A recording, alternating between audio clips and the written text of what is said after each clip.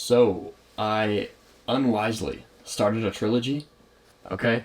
And I say unwisely because it's not super long, but it's medium long, medium dense, and I have other books on the go right now that I don't have deadlines, okay? But I'm working through other books, and now I added more to my pile, which if you also spend any time during your day reading, you probably are also guilty of this.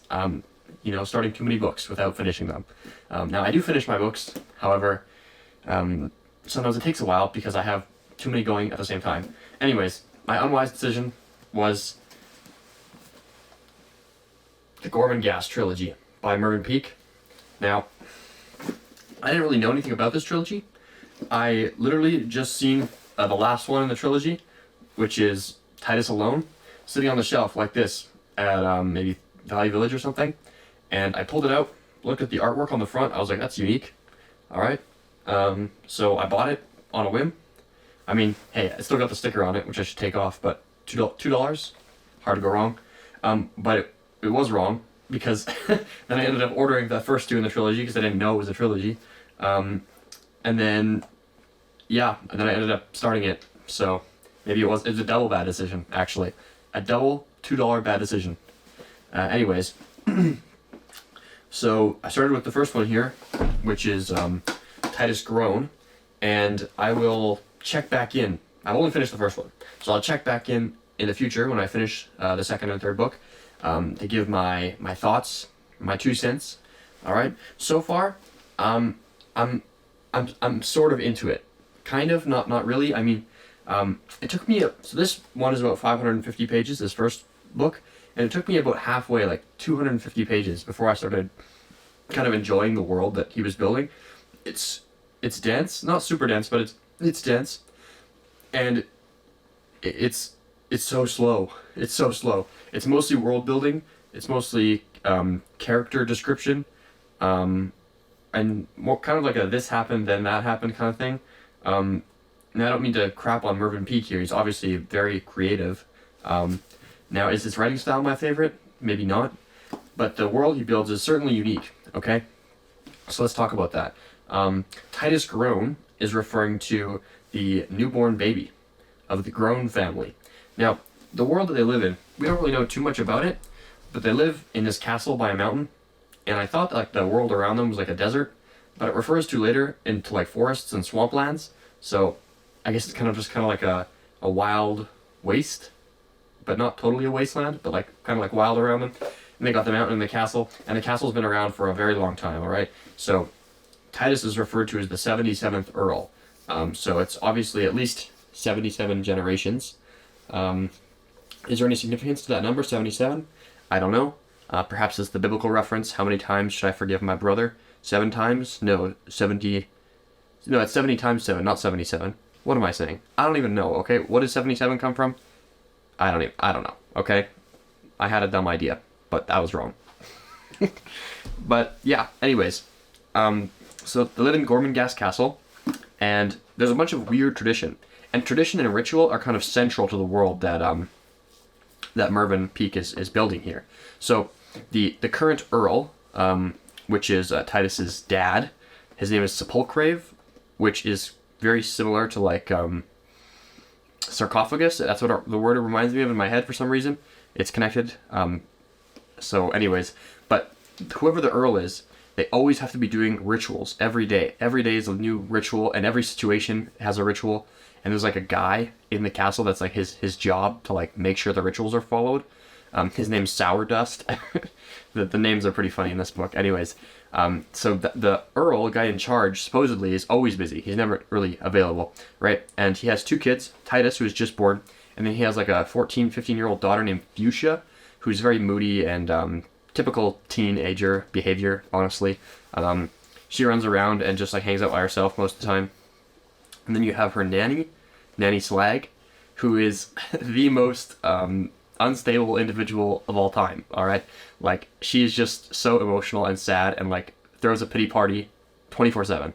And she's pretty old too, and she always is like, oh, my poor soul, like I'm gonna cry, and then she cries like every 2 seconds. Anyways, she's the one that cares for Titus after he's born, which you would think it would be the mom that cares for the baby, but actually it's the nanny, because the mom is really not interested in the kid at all, and that would be Sepulchrave, the current Earl, Titus's dad, his wife. She's just referred to as the Countess. No, she has a real name. I think it's Gertrude. Anyways, she's mostly just referred to as the Countess, and she's an odd character, to say the least. She's like massive, apparently, like super heavy. Like, I'm imagining like 400 pounds plus. Anyways, how did she get so big? I don't know. Maybe it's a Charlie and the Chocolate Factory situation. She ate one of those magic blueberries, got really big. I don't know. Anyways, she's big, and she wears a lot of bulk, like baggy clothes, and she's always got cats and birds around her all the time. So usually the crazy cat lady is the one that's unmarried, but in this case we have a rare situation where she's married and she's also a crazy cat lady. And she like whistles at the birds and talks to them, doesn't really talk much to other people, doesn't really care about her kid, and she's like 100 cats that are all white. It's very weird. Anyways, then who else do we have in the story? We've got one interesting thing that I'll say, and I'm getting ahead of myself here, but anyways, the difference between living in the castle, being a castle dweller, and living outside the castle or being a mud dweller, that's a very demarcated division. It's very important in the story.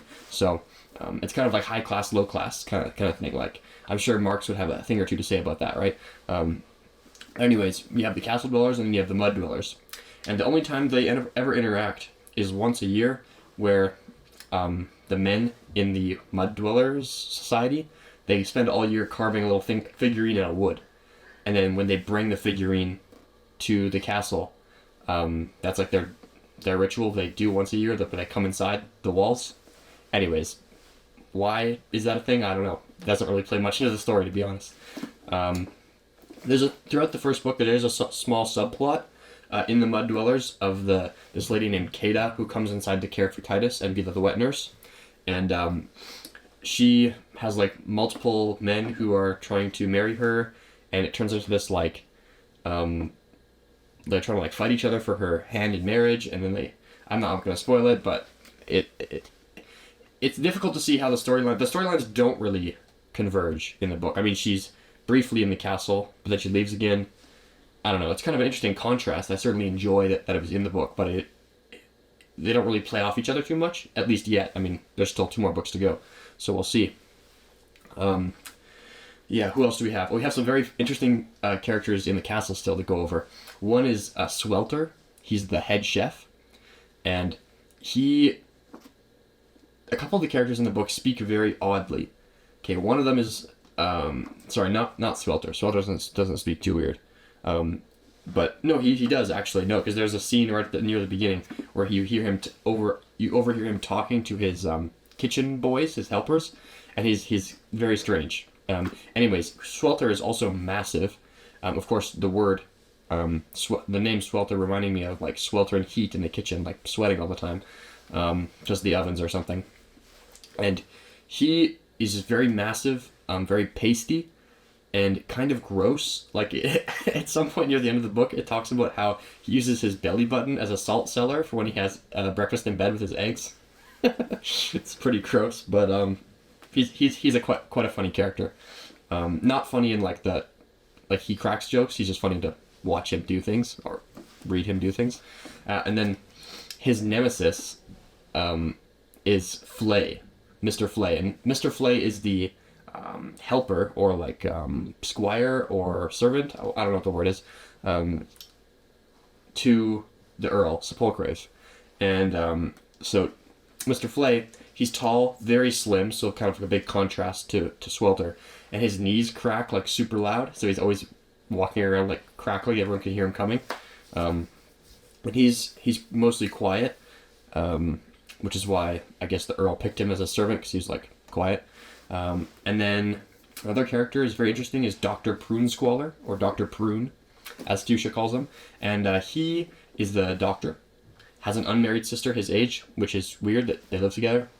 I mean, I'm not insinuating anything, but there are some weird things that are said about she feels weird that she's unmarried and like tries to be a lady throughout the second half of the book, but she can't because her grace and her ladylike behavior was never developed, and yeah, when she was younger, so it's kind of just like trying to relive old days, but it doesn't work. Anyways, weird digression there. His sister Irma, but himself, Dr. Prune, he's like a kind of a anxious, nervous person, not in the sense that he is debilitated or anything by his anxiety, but he just is always talking like super fast, and he always like has this high-pitched like cackling laughter that is like integrated with his speech. It's very weird. But also, I mean, all the oddities of the characters are what makes the book enjoyable, and just seeing them interact with each other. Because like I said, the plot moves really slow, so it's good to like watch these characters interact. It's kind of funny. And then you have the Earl Sepulchre's two twin sisters, Cora and Clarice, who are literal clones of each other. And it's funny because in one part of the book they have a section where the author writes out their stream of consciousness, and for each character in a situation, and the author Mervyn does Clarice, and then when it gets to Cora's stream of consciousness, it's one sentence. It just says, the stream of consciousness is the same as Clarice's, just replace the names. So and each of them thinks they're smarter than the other, even though they're the exact same, which is hilarious. And then I think we're missing one major character, which of course would be Steerpike. Now Steerpike starts out, he's the most dynamic character of the book, and it starts out with him being like a protagonist, I suppose. And then near the end of the book, it actually gets more dubious, and I'm assuming that later in the trilogy, he is actually going to turn out to be the villain. That's my prediction. So as I read the future books, you guys can fact check me, or I guess I'll fact check myself, if he ends up being the antagonist, because he seems pretty evil, to be honest. If I might say so myself. Between us, he seems a little bit suspicious. So there's that, and so he started out as one of Swelter's kitchen helpers, and then he ends up escaping, running around the castle on the roof, and then he finds himself, he gets locked up by Mr. Flay for running around, and then eventually he finds his way to Fuchsia's secret room, and there he gets taken to see the Dr. Prune, and there he impresses him with his intellect and his speedy conversational skills, I suppose. And Dr. Prune takes him on as a helper, and then he kind of just works his way up the ladder from there, and then does some nefarious deeds as well. But he's almost like a cyborg, very robotic and logical in his deductions, and very self-serving as well. Doesn't seem like he is very altruistic at all to any of their characters. But I don't know, at some points in the book, it is described that there's lots of people living in the castle, but just from the average dialogue, it just seems like there's not very many people in the castle. It seems almost empty, which is interesting. Anyways, yeah, what happens in regards to plot? I mean, there's a lot of rituals surrounding Titus's birth. There's a little enemy revenge plot between Flay and Swelter, which is pretty fun. One of the characters, I won't say who, goes crazy and thinks he's an owl. That's pretty wild. People die. It's dramatic. But did you need to do it in 550 pages, or could you have done it in 200? Mr. Peake. I don't know. Anyways, yeah, that's all I'll say for now. I don't want to get too... Yeah, I can't really go over the plot that much, because not really that much happens. Yeah, just some, rituals, and then there's the Steerpike subplot as well, which I kind of related to already, where he kind of works his way up from a kitchen helper to being... Actually, I don't want to spoil it too much, but I guess it doesn't mean too much to you, but he kind of replaces... he ends up as the helper to the master of ceremonies, the ritual guy. So, setting himself up potentially to have tons of power in the second and third book. So, we'll see where that goes. But anyways, yeah, I'm already at 15 minutes, so I only talked about one book. So, this video might end up being 45 minutes. Who knows? But anyways, yeah, checking back in on the second book. Alright, it is high time for me to record the second video in the series, because I just finished reading Gormenghast, the second book in the trilogy by Mervyn Peake. Now, I don't know if you remember my first review of the first book. I don't even remember my review from the first book. It was a while ago. Anyways, I wasn't quite sold on it. A lot of world building, kind of slow, not too plot heavy. Mervyn Peake makes up for this in the second book. So if you're able to slog through Titus Grown, you will certainly enjoy Gormenghast. I feel like the central plot is contained in this book. I wouldn't be surprised if you wrote this one first, and then retroactively wrote Titus Grown, the first book, as almost like a prequel, because this kind of feels like the core of the series. I mean, I haven't read the third book yet, but this is much better. What to say about it? I mean, we meet some new characters, of course. We meet the professors. So, I mean, in the first book, Peake almost makes it seem like the castle's empty besides the main characters, but of course this isn't the case. Thousands of people live in the castle, and of course there are many kids that need to be taught things, and so there's a section of the castle that is meant for instruction, and there are a set of professors who are all old bachelors, who none of them are married. They're kind of just very... Excuse me. They're very idiosyncratic, kind of oddballs. They all have like their very own specific, unique personality, and very weird names too. A couple of them are like Freudians, like psychoanalyze things. It's pretty funny. We also the doctor, Prune Squaller, his sister Irma, plays a larger role in this novel as well. And there's two sort of main plot points going on in the book. I won't give away too much, but the first being that Titus is growing up, right? So the scope of this book is much larger than the first, because, I mean, the first book maybe was like a year, 2 years, and it ends off when Titus is like 1-ish. This book covers when Titus, I mean, right where the first book left off. It also covers when Titus is 7, and then like 12, and then later like 17. So those ages are approximate. I don't remember exactly, but yeah, it like covers a broad time period, and many of the years are kind of just brushed past.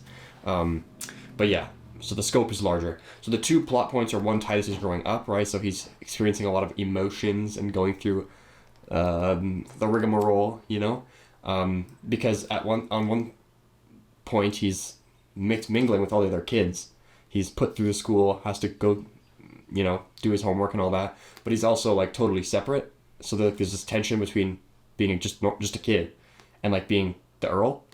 And then the second tension is between freedom and ritual, because of course that's like Gormenghast's whole thing, right? Is they're just stuck in this eternal cycle of like weird, useless, archaic, obscure rituals. And so there's a quote here on my version, page 150, that it kind of talks a little bit about this tension, this dichotomy, and I thought it like kind of captured the essence of the book quite well.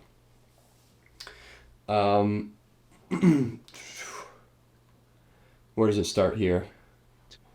It says, "But when he spoke, he had, of course, to frame his sentences in that threadbare, empty way to which he was now a slave. Whatever is felt in the heart or the pit of the stomach, the old habits remain rooted. Words and gestures obey their own dictatorial, unimaginative laws, the ghastly ritual that denies the spirit." And so, in this long sentence, or no, in that few sentences, Peake is kind of pitting ritual on one hand, that's like eternal and like firm, against things of the spirit, right? So the ritual denies the spirit, which is like the youth, like feeling alive, like vitality, like rush of blood to the head, like that kind of like immediacy. So what does that mean exactly? I'm not too sure. The symbolism in this book reminds me a little bit of The Little Prince. Now, it's been a while since I've read that, but when I first read it, I remembered like, oh yeah, this is rich in symbolism. I immediately recognized that. But what the symbols like stood for wasn't immediately apparent, and I kind of feel that way as well about Gormenghast. Like, obviously there's rich symbolism, especially in regards to the tension between like ritual and like youth and spirit and freedom. I understand that tension, it's quite obvious, but like, I don't know, I feel like I'm missing a piece still, even after reading. So maybe it'll be revealed in the third book. Maybe I'm stupid, who knows. But yeah, interesting for sure. And then the second plot point that I didn't mention earlier, so one was Titus is growing up. The second one is Steerpike goes crazy. in like many ways, and his character almost reminds me a little bit of Ahab from Moby Dick, like just like a megalomania. So yeah, he becomes like a large portion of the book, like a very important. So yeah, he's not the Steerpike from book one, I'll tell you that. But yeah, what else can I say without spoiling it? The ending, like the last 100 pages, you will probably not put the book down. It's quite good. Very dramatic, I will say. So yeah, definitely worth reading. I'm now going to head out and watch the TV show.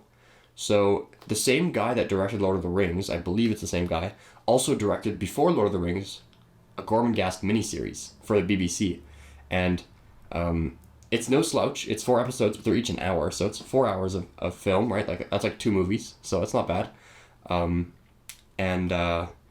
Yeah, I'm really excited. I actually wanted to watch it, which is why I'm filming this now. So I'll tune back in once I've done that, and I'll let you know how it is. Okay, see ya. So I just finished, well, not just finished, last night I finished watching the Gormenghast miniseries, the 4 episode, 1 hour each. The first 2 cover the first book, second 2 roughly cover the second book, and I have to say, it was quite good. I mean, it's only been a couple days since I recorded the video on the second book, so I finished the series pretty quick. I really enjoy when a director, or whoever wrote the screenplay, I don't know, but they did it very accurate to the book. So it was quite condensed, just because there's only 4 hours of film to the 2 books, which was maybe a bit short, but by nature it had to be condensed. But I think the director or the screenplay writer or whoever did it, they did a good job, and yeah, I did enjoy the accuracy to the book. Some other general thoughts: the CGI, or like the background and stuff. Maybe it was because it was low budget. Maybe it was because it was in the year 2000, but it wasn't that good.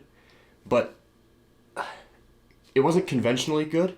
But it also, because of its like low budget feel, it gave me like dark fantasy vibes, like Brazil, Dark Crystal, Labyrinth. Like it kind of gave me that sort of feel, which I did really like, because I do like those dark fantasy style films.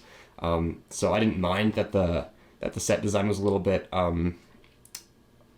off-putting, I guess. I kind of liked that. Otherwise, the casting was really well done, especially when it came to Swelter. The guy who played Swelter, oh man, it was like pretty much perfect. Also, they did a good job with Steerpike. Now, if you look at Mervyn Peake's illustrations, they don't match up, obviously, with whoever, I forget the actor's name, the guy that played Steerpike. But you know what? I grew to like that casting decision. So Steerpike was also really good. And then instead of having his face, when it's burned, be like blotchy with red, they give him like this mask, this like golden plastic mask, and I thought that was so cool. Like the scene where he walks out with the mask, yeah, that was super sick. One thing they changed, I mean, they changed a few things, obviously. One of the things that stuck out to me that they changed, and I don't think this is book accurate, but Flay talks in like sentence fragments the entire 4 episodes, which I thought was very strange. Like, I know was supposed to be like a good servant because he didn't talk a lot, but I think maybe Mervyn Peake meant he didn't really talk often, not that when he talked he missed half the words. So I don't know, I didn't really like that about Flay. They made him talk in sentence fragments. But anyways, also one last comment on the adaptation. I wouldn't watch the adaptation before reading the books, just because it might be hard to keep track of what's going on, and it's always more satisfying to like read the book first and then watch afterwards. But yeah, it was good, so highly recommended, but make sure you read the books first. Okay, I'll see ya when I read the last book in the trilogy. We are back. What a journey. I just finished reading the last book in the trilogy, Titus Alone, and it's quite a bit shorter than the first 2, alright? This one's only 260 pages. Fun fact, though, if you combine all the pages of the 3 books in the trilogy, it's like 1,300 pages, so nothing to scoff at, okay? Fairly thick, but the third book doesn't really contribute much to that thickness. So it's only 260 pages, like I said. Anyways, this one is different than the first two, stylistically and content-wise, right? Because Titus is leaving Gormenghast. So, of course, you would anticipate that it would be different. Unfortunately, there are a couple brief scenes that are inappropriate that I wouldn't read to kids if I had any, which is unfortunate because the first two books were clean, family-friendly. So if you want to read this to your kids, maybe stop after the first two books. And I think you get a good... If this set of books was just two books and not a trilogy, it would still be worth reading. Does this add much? No, I think this could almost be read as a standalone book. Even if you didn't know much about Gormenghast, it's actually not really required for this book. Anyways, it starts off with Titus kind of getting lost, roaming around. He's lost his horse that he set off with. All he has with him is a piece of flint from the Tower of Flints from Gormenghast, and that's kind of his lifeline, right? He holds on to that. That's what keeps him sane. Throughout the book, there's like this theme of madness and whether or not his history is real, or whether all of the things he knows about Gormenghast and his past, whether that's all just a figment of his imagination.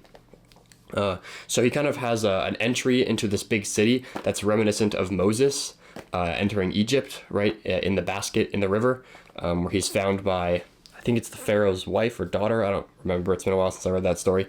Anyways, he kind of arrives on this boat, and some guy picks him up off the water, and he's like passed out and helpless. But Mervyn Peake always great with creating the memorable characters. So he's picked up by a guy named Muzzlehatch, who's supposed to be like this giant big dude. And he has no wife. He just hangs out in this mansion with all these different exotic animals that he's collected. So super interesting guy. And then Titus just kind of like bungles his way around the city, like just getting mixed up in all sorts of trouble. And then he escapes. And there's this bunch of scientists that are creating like weird devices. I can't really like explain it better than that. Anyways, he gets away. Muzzlehatch leads him down into like this basement area. Like basement, it's not a basement. It's like a giant underground city that like is underneath the river that runs through the city.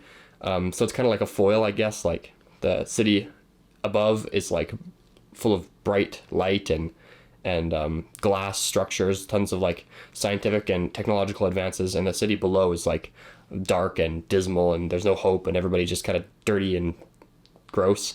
And there's some inconsequential characters he meets down there.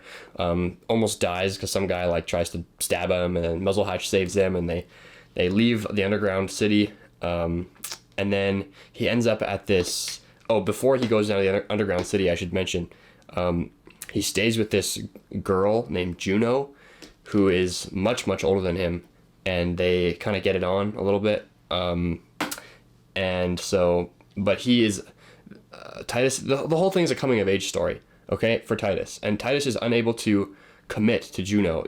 Her love, she's a perfect woman, but her love is like he finds it too smothering, and he's willing to sacrifice that perfect love for freedom. And Muzzlehatch is much older as well, but he is similar to Titus. He also loved Juno at one point and had to give her up for freedom. So whether or not that's a good thing or a bad thing, I'm not sure, but they sacrifice Juno's love for freedom. So they have that in common. And after he escapes the underground city, he finds himself at this estate of this scientist who's like the main guy, and he's like building these, it's not even really mentioned what it is, like these things.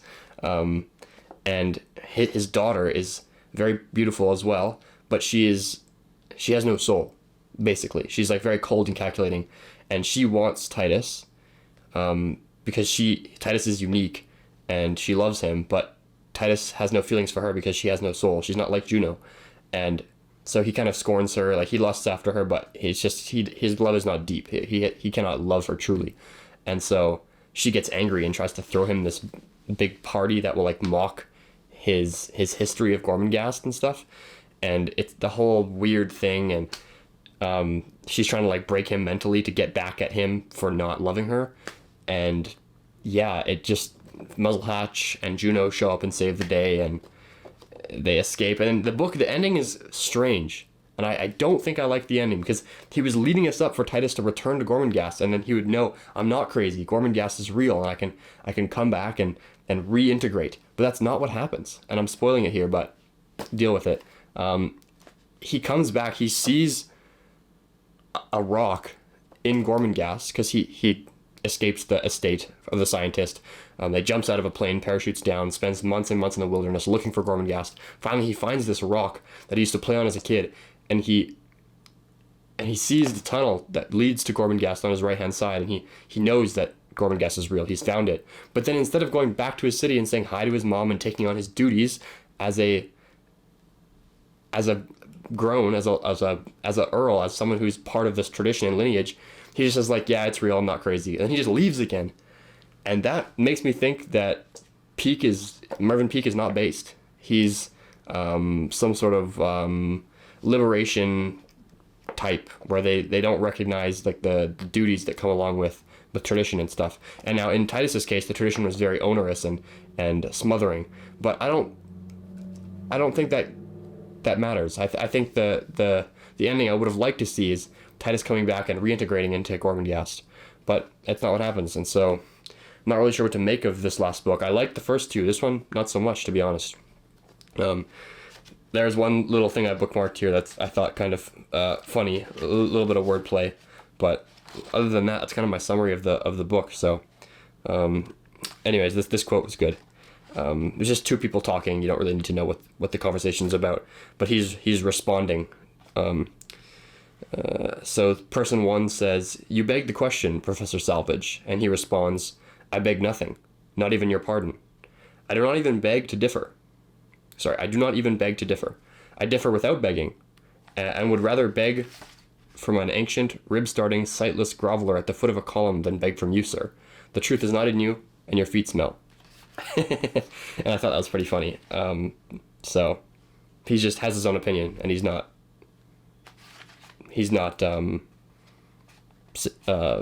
what's the word? I always can't find words when I'm on camera. He's not sensitive, maybe, about the fact that his opinion differs. He just, I don't even beg your pardon. I don't even beg to differ. I differ without begging. Kind of funny. Anyways, yeah, my thoughts on the series as a whole. First two books, I really liked them.